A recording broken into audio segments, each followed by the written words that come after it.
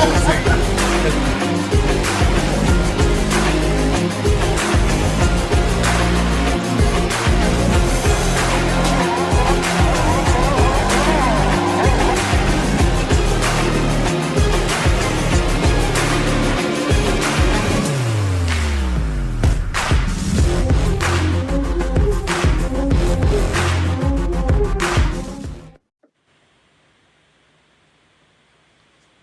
Welcome in, welcome in. What is going down, people? It is Breakdown 502. Your crew of Wake Up 502, Rashawn Myers, Haven Harrington, Roman Kelly. We are doing a post-game react for Louisville and SMU. Um, Fellas, a lot to get into, a lot to talk about. As you can see, Haven put the header on there. Haven, what'd you make the header? What was the Is it question? time to hit the panic button? Yeah. I feel like we're going to get the thing that I love about us is that we're going to give you our exact thoughts. We're not going to pussyfoot around it. We're not going to make excuses. We're not going to come up with lame little things. You're going to get real talk. So for however long we're going to be on here, all the fellas is going to give their honest opinions about that. I want to, I mean, me and Haven walked around L&N Cardinal Stadium for a while after the game. Haven, we walked around for what, about an hour, hour and a half talking about the game. So I'm interested to see where your thoughts are a couple days later. Especially after we had some pretty good conversations about so many different things going on with that game. So how are you feeling, more than 48 hours after everything that happened on Saturday afternoon? Man, honestly, about the same. Um, I have a chance to think about it, kind of mull it over, but my thoughts really haven't changed that much about this game, right? It's a tremendous missed opportunity in this game, but to me, it's most importantly is that some of the things we saw early on in the season still haven't been corrected, especially by the defense. The confusion, getting guys in, getting guys out too late. Um, that's the blown coverages, at least one or two per game now. The defensive line not be able to generate any type of pressure from our front four. The lack of aggressiveness, the passive play on defense. It's just, it's becoming like the same old, man. It's almost become like a broken record at this point. And things have to change quick because the schedule doesn't get any easier. Only gets harder from here on out. And I believe these are correctable problems. I'm not sure how quickly they can be corrected, but they are correctable problems. But man, we got to see something happen. Something else like with the offensive talent, we should be a lot more. Our offensive productivity should be a lot higher than what it is with the amount of weapons we have on offense. And it's just this is not what we expected when Braun became a head coach. And I think I said this leaving the game, and we talked about this when he was walking around. Uh, this almost feels like a Satterfield type of team, right? The talent's there, but just that lack of overall aggressiveness, just it's like holding us back. Yeah, yeah, no, Yeah, I'm right there with you. Roman, go ahead. Yeah, what are your thoughts on everything? yeah, So we didn't get to chat with you, so I'd love to know your yeah. thoughts. I had a busy weekend. I had to work during the game. I was at the Big X Studios. Unfortunately, couldn't make it down. But there's obviously a lot of different things you could pinpoint in this game and look at, and you say, why is it the third game in a row now that you have the same kind of problems with the offense? You're starting off your games with the same lack of intensity, right? When these games, granted, Notre Dame isn't a game that has a lot of connotations around the end of your season, but it's your first big opponent. It's your first big matchup. It's a way for you to prove you belong where you are in the rankings and everything. And it's a team that at that roster top to bottom wasn't you know undisputedly better than yours in any way, shape, or form. You can even argue that we have a handful more athletes across the board than they did, and you still weren't able to prevent giving the opportunities for them to control the game and being in charge of the game there. You have all your lapses in the defense, your miscommunications on defense last week against a team that you've seen a similar team the week before, and you're going to see a similar team the next week, right? Hmm. Why are you still having the same issues against the same types of teams? What is now week after week? Granted, you got a win against Georgia Tech, but it was still the same issues present there. Haynes King was still able to pick you apart. The unorganization on the defensive end, when you're week after week looking at the same kind of offenses that you're going up against, it just doesn't make any sense to me. It doesn't make any sense. It has to be better. How many times can we say week after week you have to clean up the basics, right? That should be after week 2, after week, you know, after your third week, after your third game. All of that kind of small stuff that's in your control has to be figured out and handled. I don't like to sit here and badger our defense after a performance like that when there was that many bodies out. You know, you're missing Des Tell. You don't have Quincy Riley. You have a couple other guys banged up. But it's next guy up. There's a next guy up mentality. The next guy who you're playing in those positions has to be ready. Everybody has to be on the same page. And our defense for the third game in a row now has been really fourth game in a row now. If you because that first half of Jacksonville State, it was the same issues. Has is unorganized and is miscommunicating throughout the games. Yeah. Yeah. No, absolutely. I mean, I'm right there with you, and the way I look at it, Roman, is like this. Um, with the offense, I have some gripes.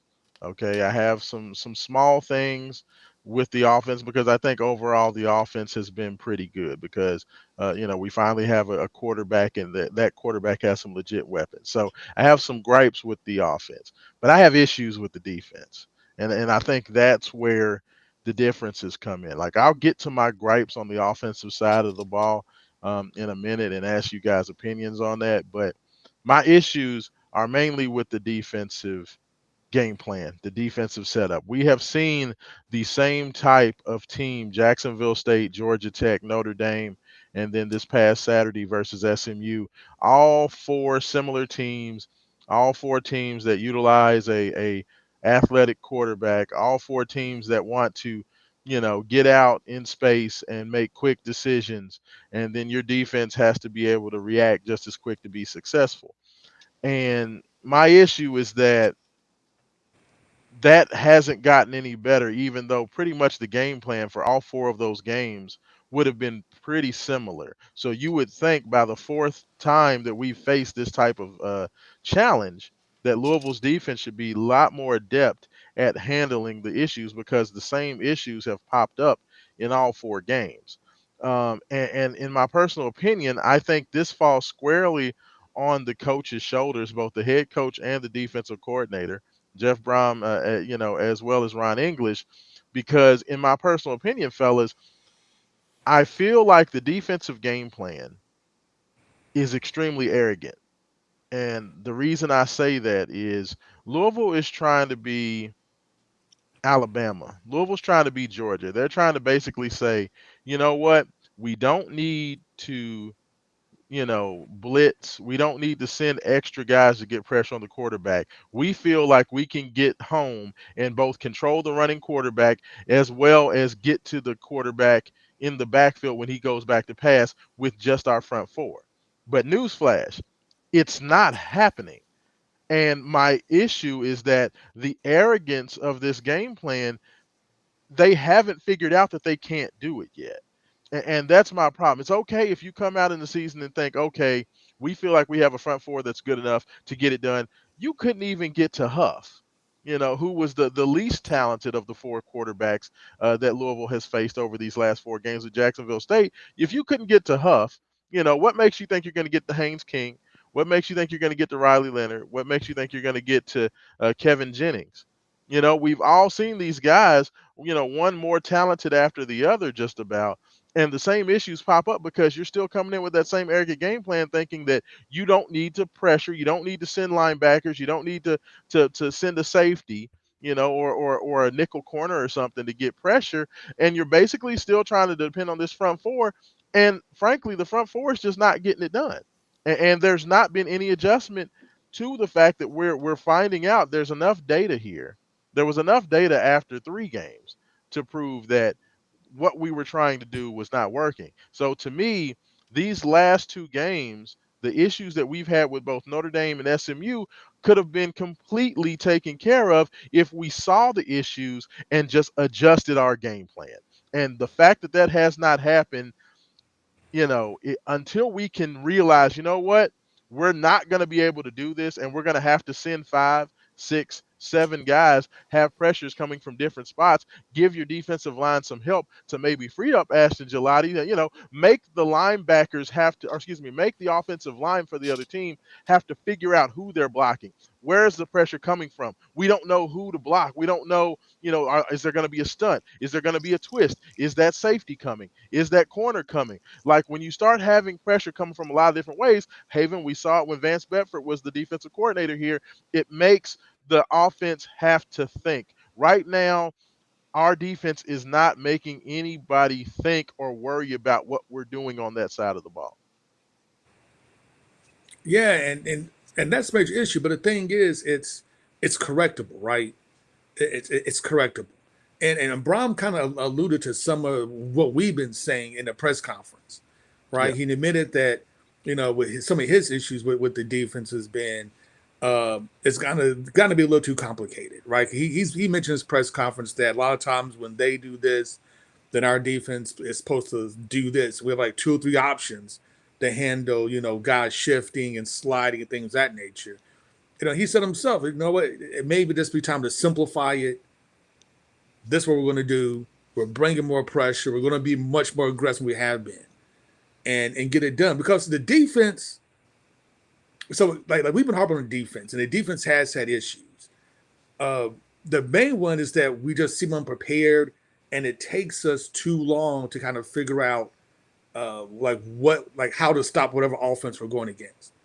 And by that time, it's like the second half, we make some adjustments. We tend to come out and play a little bit better, but then we kind of dug ourselves a hole. Now we got to dig ourselves out of that hole, and it just makes it more difficult than what it has to be.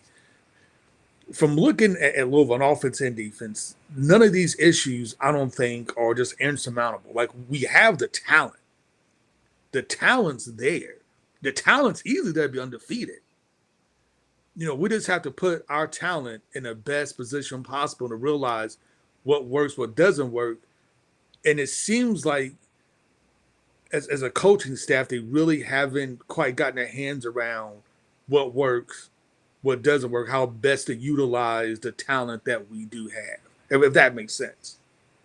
I'd even go to say that they're struggling. They're struggling to figure it out.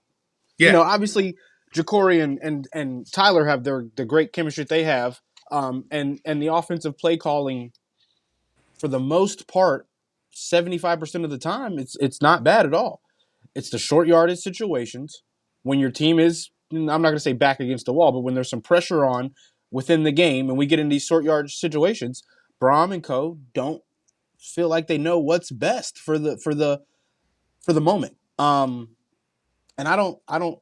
That has to be fixed. Those are the kinks that you talked about this right after the Georgia Tech game, Haven.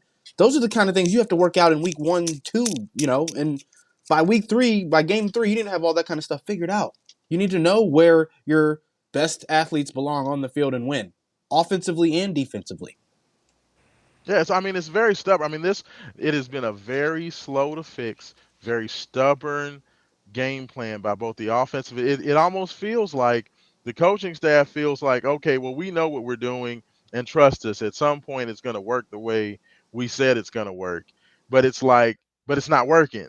Like, and it hasn't been working, and they haven't done anything to adjust for what's not working. And I think that's the biggest frustration is just that these guys, we've seen what the issues are. And that's what makes you mad as a Louisville fan, is that you feel like all of these things could have been prevented by going out there and making some adjustments. And at this point, you would have thought that look in the mirror moment would have happened after you lose Notre Dame in a game that you definitely should have won, because you had the same issues that popped up against Georgia Tech to pop up against Notre Dame.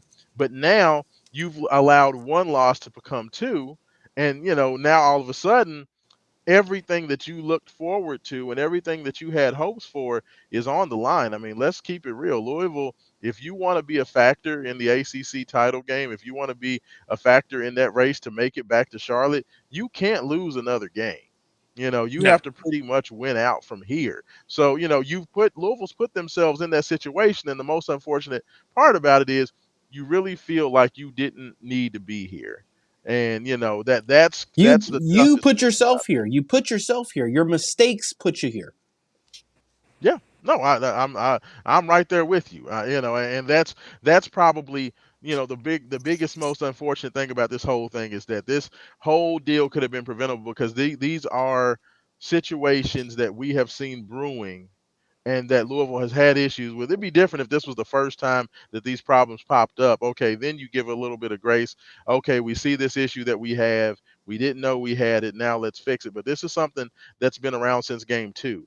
And when you're still trying to fix issues that have been around that long, that falls squarely at the feet. And the whole conversation with Jeff Brom, Haven, when we were in the press conference and asked the question, because I just asked him, I said, were there conversations before this game about putting pressure on the quarterback? It really seemed like you guys had issues getting getting the pressure that you needed, and there weren't really any adjustments or changes that was made. And Brown basically replied by saying, well, we had conversations about it all week. And while that's fine and good that you had conversations about that all week, the way he answered that, Haven, and you can correct me if I'm wrong, it really sounds like there's just not a lot of communication or input going on or conversation going back and forth between Brom and Ron English during the game. And my thing is this: if things aren't going the way that you want it to, or you're not seeing what you want to see out there, why the hell are you not getting on the horn and asking Ron English, man, what the hell are y'all doing? Change something you're doing because this is not working. And I didn't like that. Like, I mean, do you see it any differently than from me, Haven? But like, to me, it's unacceptable to just basically say, well, I told him all week and he didn't do it, apparently. It's like, is that good enough for you? I mean, no, it's not. 'Cause that's something that you have to get a wrangle in game. Like, hey, listen, scrap that. We're doing this, or we need to do this, or X, Y, and Z. So, like case in point, right? We know his offensive line is banged up, but Yes. yet we still try to run these very deep crossing routes that take 3-4 seconds to develop. The offensive line can't hold that often, so Shuck is getting a lot of pressure. So the Yeah. way you lessen that pressure is screen passes, right? Throw a wheel route out of the backfield. Try to hit your tight end or seam. Something quick, easy, and a high percentage throw, but we haven't seen those in his offenses, right?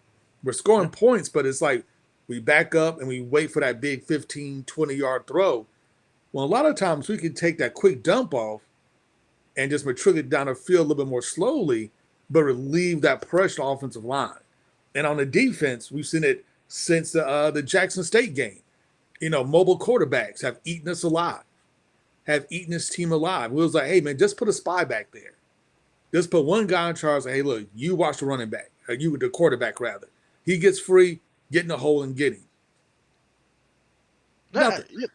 Yeah, nothing. No, I mean, and that right there, Haven, is what's most frustrating. Is that you feel like you have a handle on what the problem is, but we're not doing anything to fix it. When you were talking about the offense, the biggest thing or the biggest misstep that I've seen, because we've heard Coach Brom lamenting about the inability to move the sticks on third and fourth down. Well, what have we learned? For the longest time, they say the quarterback's best friend in short yardage when he needs to move the sticks on third down is what? It's your tight end. And Yeah. last year we didn't have the tight end. Okay, we didn't have the talent, but we've seen both Mark Redmond as well as Jamari Johnson be playmakers. Those two guys are, for the season, only have 15 catches between the two. Okay, and to me, I don't think that's nearly enough. I believe Jamari has 9 catches. Mark Redmond has like 6. Yeah, they should Okay. both be at about 15 plus as individuals. Yeah. Yes. And like Easy, that's easy. that's my whole thing is like you have these great tight ends, and when you've caught, it's not like when they've thrown it to them, these guys are dropping the ball or that they're not making plays. So why are we not using the tight ends in these short yarded situations? Just like the Ravens utilize Isaiah Likely and Mark Andrews. Send those guys 5 yards down the field, box out like a rebound, throw it to them, move the sticks first down. That's what we brought these guys for. But for whatever reason, we're still running more of what the offense looked last year when we didn't have tight ends. We're still doing most of that this year, Yeah, and then and you get Colin Lacey back and you don't throw him the damn football. well, the thing is, say something I don't get right. And I understand a little bit what I believe, Coach Brom is trying to do, because this is something that Charlie Strong was really big on, and that was in short yardage situations. I'm going to prove that I'm tougher than you are, and we're going to man up. We're going to heavy set. I'm going to run this ball down your throat, and I'm getting that 1 yard, right? That was Charlie Strong's like mantra. Yeah. And he talked about it ad nauseum, and he did it even when he knew it was going to fail or thought it was going to fail. That was his thing, just to prove that we're a tougher football team. We're going to take the fight to you, damn it. And on 3rd and 1 and 4th and 1, I'm running straight downhill. You know where it's coming. Stop me if you can. That's called short yardage close mindedness. Well, see, what Fair. Charlie was trying to build was that sense of toughness in his team, right? He was trying to make his team tough to prove that you're tougher than those other guys. See, but the problem with that, But the Haven, is that difference is, I was gonna say, yeah. the Go ahead. difference Go ahead. is when Brom does it, because he hasn't articulated this in the press conferences or interviews, nothing like that. Is that what my team be tougher? When we get 3rd and 1, 4th and 1, we're just running it straight ahead. It's not like we're trying to prove we're tougher. It's like, let's just try to do this because this seems like it should work, and it hasn't worked. Like this is a team that's not the type of personality this team has. So you got to do other things to get those short yardage situations, right? You You're just don't going to have have the to say, you know offensive what? line. We can't To run me, Chaney. Haven, The line's bent up, but you know what? We can do a slip screen, or yeah. we can do something else. I mean, And we you just got a haven't done it. 6'6". You have a 6'6", 260-pound athletic tight end with great hands. And great That feet.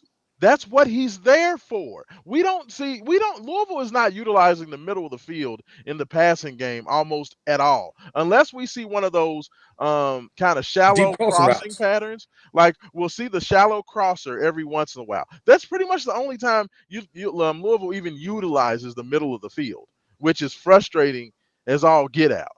But to me, it's just being hard headed. And I was gonna say to me, the biggest difference between Charlie Strong that first year with Louisville and Jeff Brom this year is Charlie Strong had a team that we didn't know if that team was going to be 500. Jeff Brom does not have the luxury of saying, "Oh, we're trying to be tougher, we're not going to get it, but hopefully we can go 500." This is a team that was expected to challenge for the ACC championship. So when you have a team that has those type of expectations, you need to do what you need to do to be able to move the sticks and understand your personnel, understand what they can and cannot do, and make those changes. And guess what? They couldn't pick up that 1 yard versus Georgia Tech. They couldn't pick up that 1 yard versus Notre Dame, and they didn't pick up that 1 yard versus SMU. And they just decided to just continue to do it anyway. And what is the definition of insanity? Doing the same thing over and over again, expecting a different result. And conversely, when you look at teams, when they're on offense, we're on defense. Now you've noticed a trend, right? You notice they're going faster, right? They're not quite going hurry up, but they get into line, they're picking the pace up because they know that we take too long to get our defensive plays in. So they know they can get us confused and they can get us out of position. We saw SMU do that, right? They went quick, bam, bam, bam. They run a play up to line of scrimmage, run another play until they drop the pass or something of that nature. But they kept our defense off balance. And we got caught a couple of times, trying to run guys in and out and not have enough time to anybody get set and get them there. And then the guys who come in don't really know exactly where they're supposed to be. Yeah. So you seeing teams adjust us. Teams running quarterbacks. They realize, you know what? I'm going to run my man at least 10 times a game. At least 10 times a game. He's going to get us 100 yards. You know, and Yeah. that's what they're doing. Teams have kind of figured this out. We have to start making those adjustments now so we're not as predictable on offense and defense. And I think for Louisville fans, I think I speak for most Louisville fans here. I think the problem is like that we had really high expectations going to the season. Mm-hmm. We knew what type of talent we had, but we're just not living up to our potential, right? We're in these games, and the games are close, but we're just nowhere near our potential. Like we haven't clicked on all cylinders almost like all season. And you know, with the play calling offense, yes, we're scoring points. You know, Ja'Cory Brooks is getting free for, for a deep pass. You know, every game we can count him. Isaac Brown is killing it at running back. Cubon Brown is doing just as good at running back, right? So you have these bright spots. We just can't seem to put everything together. And I think for most of us, it's like for Jeff Prom coach team, even if the defense is going to be kind of like pseudo suspect, we expect more like a lot more creativity than this. Like with all these weapons at tight end and at running back and these plethora wide receivers, then we expect a lot more creativity in the passing game and the running game and some of the routes and misdirections and flea flickers and everything else. And we haven't seen it. Right? Like we saw like it's almost like Brown, what happened? We saw this at Western. We saw a little bit of this at Purdue. We saw some of it last year. Had creative runs last year to get Gerard Jordan and Isaac Grindo the ball. They used to run that screen. screen. They used to run that screen for Jamari Thrash and send him a blocker out his way, and he would go cut up for 15 to 20 yards. It felt like every time they ran it for him. And we haven't seen that this year. And we have more talent. That to me, that's the most frustrating thing. Right? We have more talent now, but we just haven't seen that creativity we thought we would see to be commensurate with the talent we have to take advantage of the dudes we have.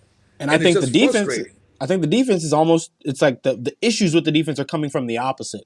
I think Ron English is trying to do too much with a whole set of transfers that, not whole set, right? But he's got a lot of he's got new pieces at each part of his defense. He's got a couple new linemen. You got a couple new linebackers. Then you got this couple new guys in the secondary. And you're trying to teach all these guys to have this kind of, fluctuating defense that can alter on the fly. And in return, every time the QB drops back, the linebackers are opening up gaps.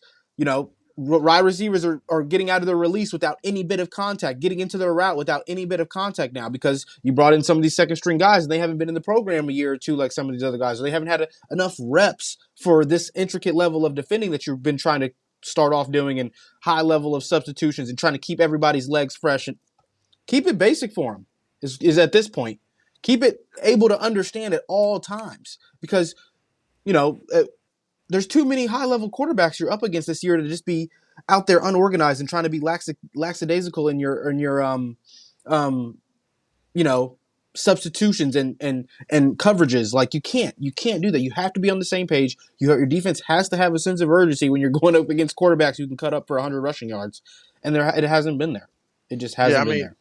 The organization, I totally agree with you, Roman. It's just not been there. It seems like English is trying to do too much because they're trying to come in with an initial call, then they're trying to wait to see what the defense is going to do, then do a secondary call. But the problem is when you're dealing with these teams that run these NASCAR offenses where it's high paced, they're snapping the ball so quickly, while our team is trying to wait to get the call in. SMU snapping the ball and they're going and nobody knows, okay, well, are we going with the original call? Is there a new call? What are we doing? And it's just causing a lot of issues, instead of us trying to always adjust and react, because this has been the problem with the defense all year, is that our defense is sitting back and reacting to everything that the offenses are giving them. How about we go ahead, push the initiative, push the agenda, and make the offense adjust to what we do and be aggressive. Like the lack of aggressiveness overall, Haven, like you said, it's just not been there. To me, Louisville is still trying to run this, and I'll be honest with you. Brahms' creativity has not been there for either year. Last year, that lack of creativity, a lot of people blame that on the fact that, well, Plummer's not that good. Well, we got two great running backs. Well, we have this good defense, so we're just going to try to lean on the defense, and Brahms just going to try to keep it simple, run the clock, and let's just play everything to this ball control defensive style. But now that we've gotten into year two, where Louisville has a lot more offensive weapons and they have a quarterback that can make all the plays, we expected to see Brom to go back to his roots and kind of really get back to playing that Jeff Brom style of offensive football. But instead, they're still trying to opt to run this ball control. Let's run the clock inside of 5 seconds every time they snap it. And honestly, they're not making the defense guess at all. Like everything that Louisville is running is very basic.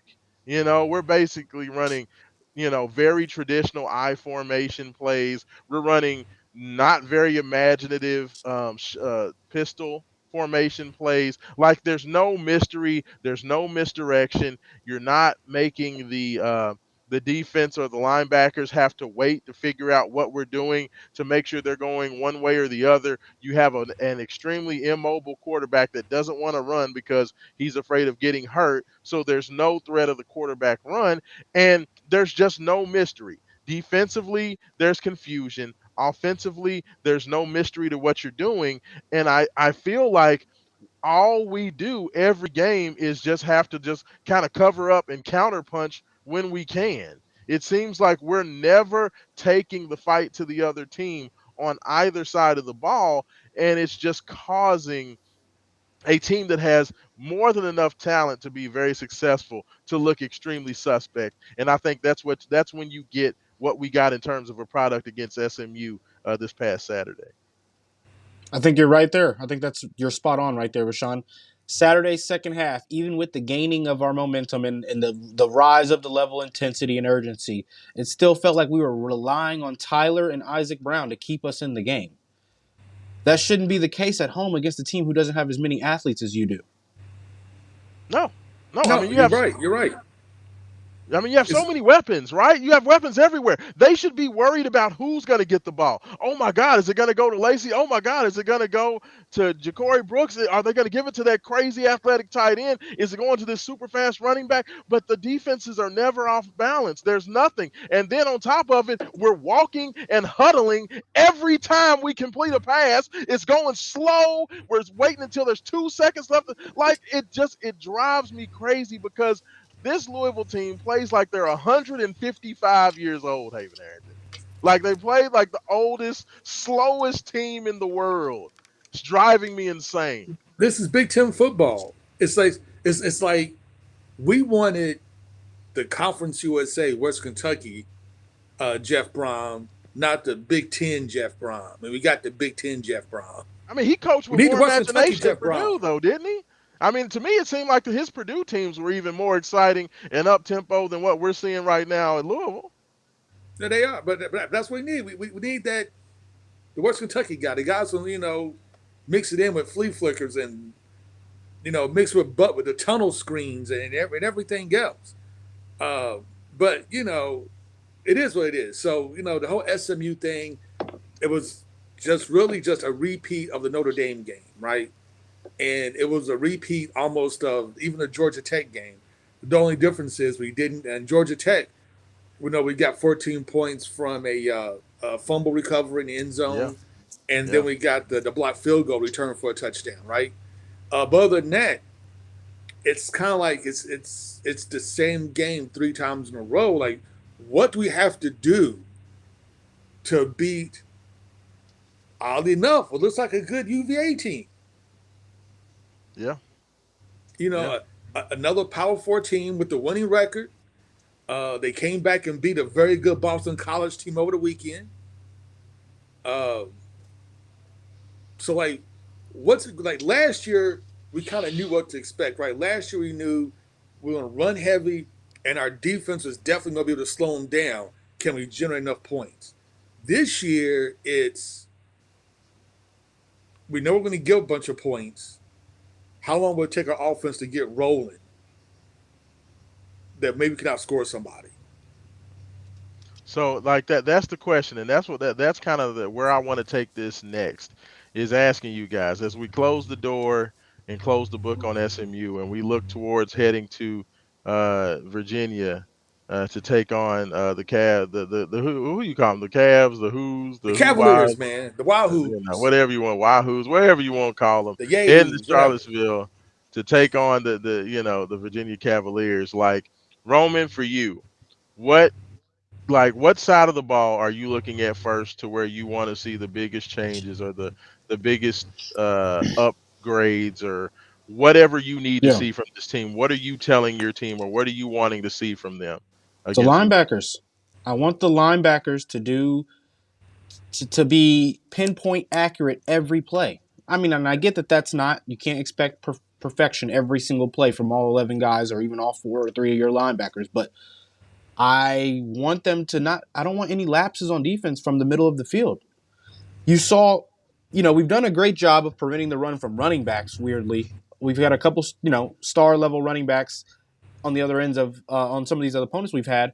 And we're doing a great job of stuffing the run, but on pass plays that break down, our linebackers are nowhere to be found.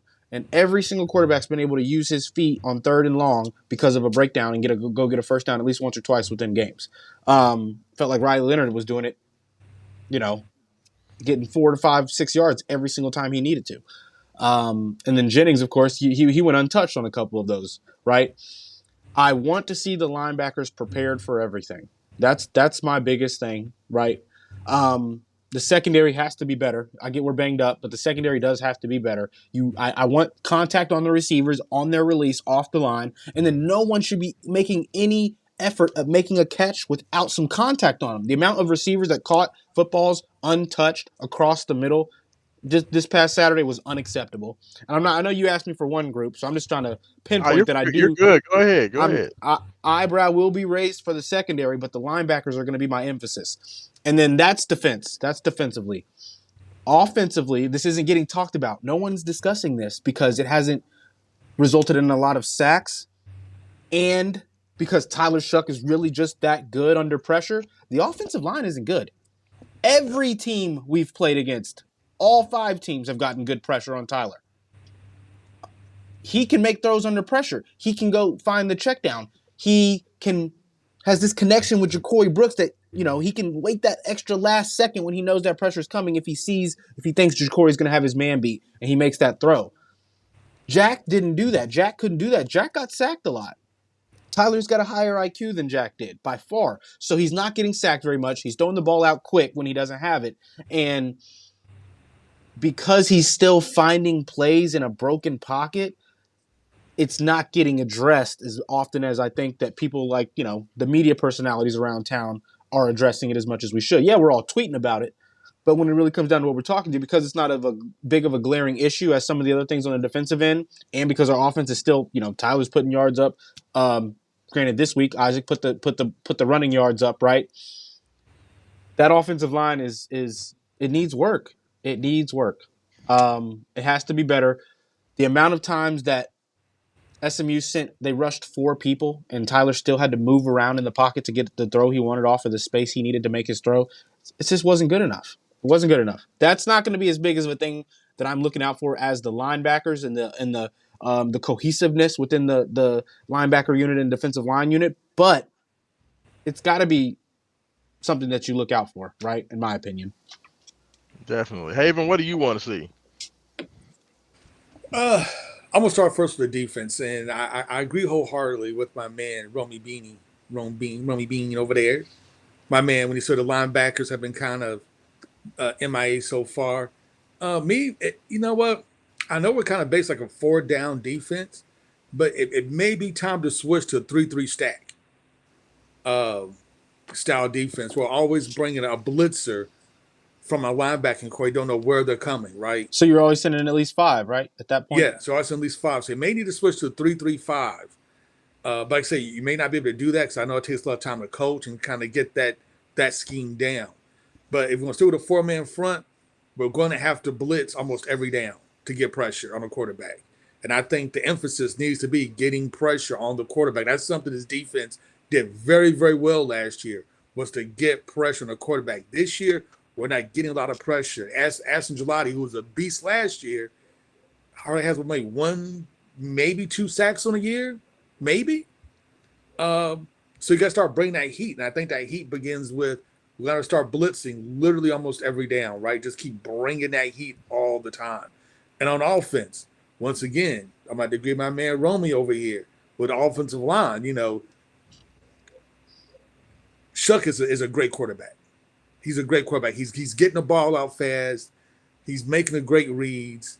He's able to move around the pocket, buy himself some time, and hit guys. When he has time to throw, he can usually hit the guy wide open and in stride, and it's resulted in great plays. But oftentimes, he's rushed.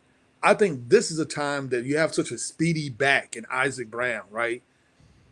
Get him on the tunnel screen, get a quick wheel route, just out of the backfield.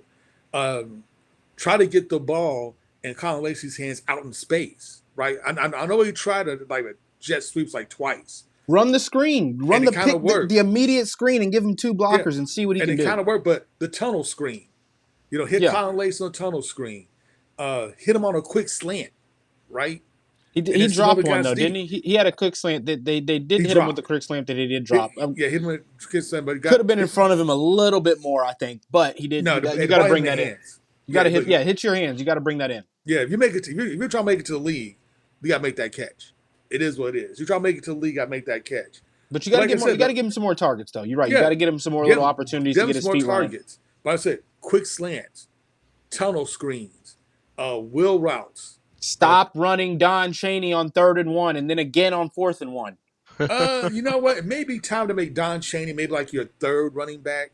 Your passing back. He's your blocker. Let him block and let him catch. Because Isaac Brown is by far he should start. Let's be honest. Yeah. Like he is number 1 back. Kevon Brown, the 2 freshmen are 2 best backs, and it's not even close. It is what it is. It's just not close. Like Bobby Petrino said, feed the studs, and those are the studs. Hit the tight end up the middle. Like Brian, Jeff, you guys remember Gary Barnidge was here? You saw what he did when Barnidge was here? Same thing, baby. You already got the playbook. Use the playbook already. You already got, baby. Barnidge, my man Redmond, same person. Up the middle, up the seam. Bam. And move the ball. And you know what? If things get if the offensive line still can't pass ball like one of the pass brought, run the ball like he did last year. You got the studs in the backfield to run the ball, play action pass, hold the linebackers, hit them over the top. Don't make it more complicated than what it has to be. It doesn't have to be that complicated. Hit them over the top. Last thing, third thing, more importantly, Jeff, Brian, Ron, we need the swagger. We got to get our swagger back. This team is out there. I'm not saying they're swaggerless. I'm just not feeling that energy, right? That we are a team of destiny. Like Miami, when you saw Miami go down against 25 from Cal, there was zero panic. They locked in. There was zero panic on that Hurricane sideline. They were like, I got Cam Ward, man. We got this. Whatever. We dealing. And they dealt, right? Even they were driving, 15-yard penalty. All right, cool. I'm still getting the first. What's it, 2nd and 20? We got this. Let's run it. That's the attitude we got to have, right? We got to have that attitude. We need that swagger back. I don't know how you get that swagger back. We need that swagger back. Our university plays so much better in all sports when we got that swagger. Got to get the swag back. You're right. Yeah, no, I totally agree with you. That confidence, that belief in what you're doing, that kind of walking on the field, and it's like, yeah, y'all getting y'all asses whooped today. Like that hasn't been a part of this team. The team has been very sleepy. They've been very passe. You would have hoped coming off a loss like that at Notre Dame that team would have come out with a lot more fire, a lot more energy. We allowed SMU to say we want the ball first and took that ball straight down the field and scored on us. And that just absolutely cannot happen. You know, like at that point, you need a wake-up call. This whole team needs a wake-up call. They need an injection of energy and an injection of life. Like this walking to the huddles, this walking around on defense and just kind of this. I mean, honestly, real talk, fellas, it looks like a combination of Scott Satterfield and Kenny Payne. Like it, It the ain't that bad. unorganization. No, No, it ain't. no, I know. I'm gonna tell you why. I'm gonna tell you why I say that. The Kenny Payne side comes from the disorganization on the defense, the late running guys in, running guys off. That has happened way too many times, and that cannot happen at the Power Four, Power Five, Division One level. That just cannot happen, and it's happened for multiple games. And the Satterfield side comes from the fact that we're so slow. We're so predictable. We're running the same run plays on first down every time. Like this kind of millie mouth, um, lack of aggressiveness, very, very conservative game plan, running the clock, running it down. That's why I say, I mean, I hate to say it, but it's like Satterpain right now for the football team. And that's just not okay. Jeff Brom, Coach Brom, you're better than that. Like this football team, you're better than that. And this falls at the feet of the coaches. I don't blame, this is one thing, I don't blame the players for this at all. And a lot of the fans like to get on the players after these games and talk crazy to them. I'll tell people, just like I said when Kenny Payne was the coach of the basketball team, I don't blame the players for any of this because the coaches are allowing this to happen. And they have too much talent and too much ability to have this happening. It's pathetic. It's pathetic. It's pitiful. And I cannot stand it. Now, that being said, what I want to see happen, first of all, Roman, you touched on it with the linebackers. Rather than having your linebackers completely damn confused on what what they're doing, give them one of three things to be doing. Either they're blitzing the quarterback, either they're manning up against a tight end or the closest inside receiver, or they're playing a zone in the area. What you want to do is you want to bring pressure. I'm not talking about 5-man pressure. I'm talking about at least 6-man pressure 70% of the time. I want to see more aggressiveness. You want to make that quarterback make a decision quickly. You man up on the outside with the corners. You have your Tampa 2 with your safeties back to make sure you don't get anything by you, and you make these teams make quick decisions. Like the Yep. defense needs to be simplified. It needs to be aggressive. Utilize your athletes. You have athletes. You have depth. Yeah, maybe these guys aren't good enough to get by their men one-on-one, but if you send 5, hopefully 6 or 7, you're going to get pressure on those quarterbacks because literally that's what every team is doing to Louisville on a week in, week out basis. SMU blitzed at least 6 guys 85% of the snaps last week against Louisville. And that's been the book is Shuck doesn't want to run, so go ahead, blitz your blitz your 6, blitz your 7. Let's make him make a quick decision under duress. Now to Shuck's credit, he's been able to make the plays most of the time anyway. But like that same game plan that teams are utilizing against us, I feel that needs to be our defensive game plan. Let's go out there. Let's get aggressive. Let's make these offenses make quicker decisions instead of allowing quarterbacks to either sit back there and have all the time in the world to deal. And then if not, guess what? Run by the defensive line, which can't get off their blocks and run down the field 15, 20 yards. So, that's what I want to see on the defensive side. On the offensive side of the ball, Haven, we talked about it last week. I still want to see it this week. Let's go up tempo. I want to see a lot more tempo. I want to see a lot more NASCAR. I want to see Louisville speed up the game plan. They're going too slow. They're not taking they're taking their foot off the pedal. And you know what? Shorten up your routes. Quit trying to throw everything 25, 30 yards down damn field. Shorten it up. Use your tight ends in the middle of the field. Let's get some quick outs to Colin Lacey. Let's go ahead and start to use more of that quick passing game to kind of answer all of this pressure. Because these teams, now that they've seen it work, if they saw it work for Jacksonville State, they saw it work for Georgia Tech, they saw it work for Notre Dame, and they saw it work against SMU. So guess what we're going to see, fellas? A lot of damn blitzes right into the face of Tyler Shuck over and over and over again. We need to respond to that by quick passing games, more use of your tight ends. Let's use Colin Lacey in the slot and make teams pay for that. So they have to quit blitzing. Until we start to do those things, all we're going to do, like we've talked about how much Tyler Shuck, we're worried about him getting hurt. Well, hell, as much as he's gotten hit, I'm surprised he hasn't gotten hurt yet because the man is getting hit dozens of times every game. At that point, let him run. I mean, that's what I'm saying. I mean, he's in the pocket, and I give him credit for standing in there, but every game he's just getting pummeled. Like, and we're not doing anything. We're still just holding it, holding it, holding it. Okay, now he's open. You know, we're throwing a bomb down the field. Let's help our quarterback out. And you know what? That also, you know what the quick passing game also does? It helps your offensive line. Your offensive line is having issues. They're not able to hold these blocks for this 4 and 5 seconds. If you have a quick passing game, now they only have to hold up for 2.5 seconds. So those are the two things that I want to see, you know, primarily. I think if we can make those adjustments, Louisville still has a chance to turn this around, fellas. But like, I don't think I'm wrong in saying I think that Louisville still has a shot. Like, I don't think the season's over, but these changes need to happen now, because if they lose in Charlottesville this Saturday, it's over. It's a wrap. Yeah. You're right on. You're spot on, Rashawn. Spot on. And speaking of which, our buddy Jay has chimed in and said that Jeff Brahms is getting out coached. I mean, I can't argue with that. You see, he's saying Jeff Brom and both Ron English are getting out coached. And, yeah, definitely Ron English.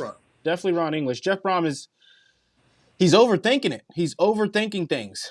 Making it too complicated than what it needs to be. So speaking of which, so like, what does U have to do this week in Charlottesville to get that W? You got to contain Calandria. He's a talented quarterback. He did very well against us last year. It's going to be the same challenge of getting the quarterback on the ground. But honestly, Haven, if you go out there and you take care of your business, Virginia doesn't have the talent to beat Louisville. I mean, I'm just going to keep it real. Just like the SMU game, this game is not about SMU. This game is not about UVA.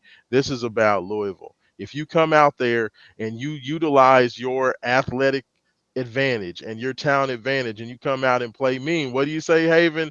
Death, doom, and destruction. That's your three. That's your three keys to victory. And instead, about 3 Ds of football, baby. About 3 Ds of destruction. But guess what, Roman? Guess what Louisville's doing? They're doing the 3 S's: soft, slow, and stupid. And that's why we look the way we look. And it cannot happen again. If I see another defensive tackle try to get run on the field with 12 seconds left on the clock, I'm going to lose my mind. So, I mean, to me, this game is not about Virginia. This game is about Louisville coming out, taking care of business. If they come out and do what they need to do, I think they get the win. Roman, what if you can force the Calandria kid into pressure, he will throw an interception. It is a game where our secondary needs to come in and be locked in. And like you said, Rashawn, you force the pressure, you force this quarterback into bad throws, and you go up a couple scores, and you control the entire game. You have all of the momentum. This is not a Virginia team that should be able to go down and pick you apart with the run game at all. And it's a quarterback that if you give him time, he can make plays, but if you don't give him time, he's not very good.